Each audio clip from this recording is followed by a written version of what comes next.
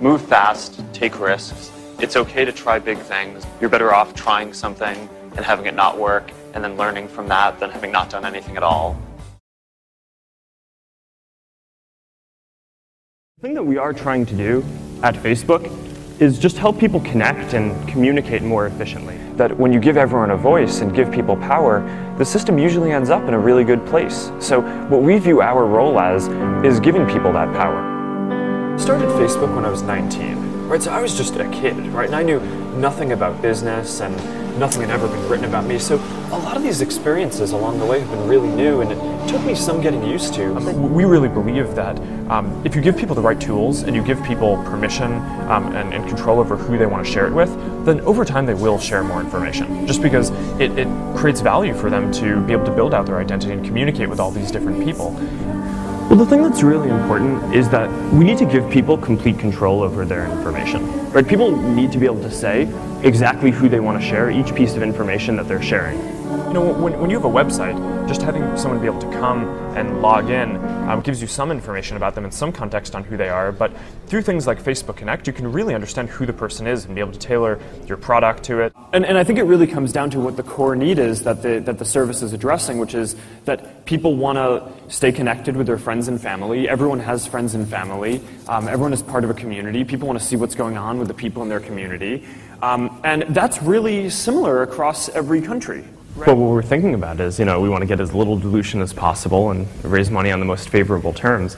And we're building this relationship with Microsoft, and we have this ad relationship. We're doing several other things, and they wanted to buy a piece of the company, so we just discussed this, and this is what made sense. I'm really young, so I have to be thinking about the long term, and how this stuff is going to play out. And I think that the way that you achieve the best long-term value is by building real value in the world. Are we actually helping them achieve their goal of understanding the world? And if we could do that, then I don't think we're going to have a hard time making a lot of money.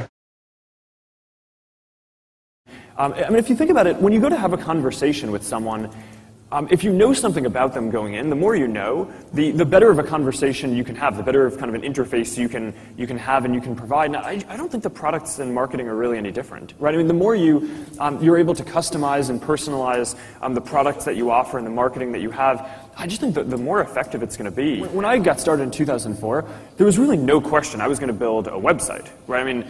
Software was kind of too hard to build, and I think most things were going to the web, so a lot of software development was on the way out, and mobile phones weren't penetrated enough yet, and the platforms weren't developed enough, so it's like, all right, you're going to build a website. The most important thing to me is to be within walking distance of the office, so every morning I can just wake up and walk 5 or 10 minutes to work. A lot of it is just moving quickly and trying a lot of things. So at Facebook, we've really built our whole company and our culture around this. When people think about platforms, I think a lot of the time they think about a vertical, right? So for example, iPhone platform is an environment in which you can build iPhone apps and use a phone.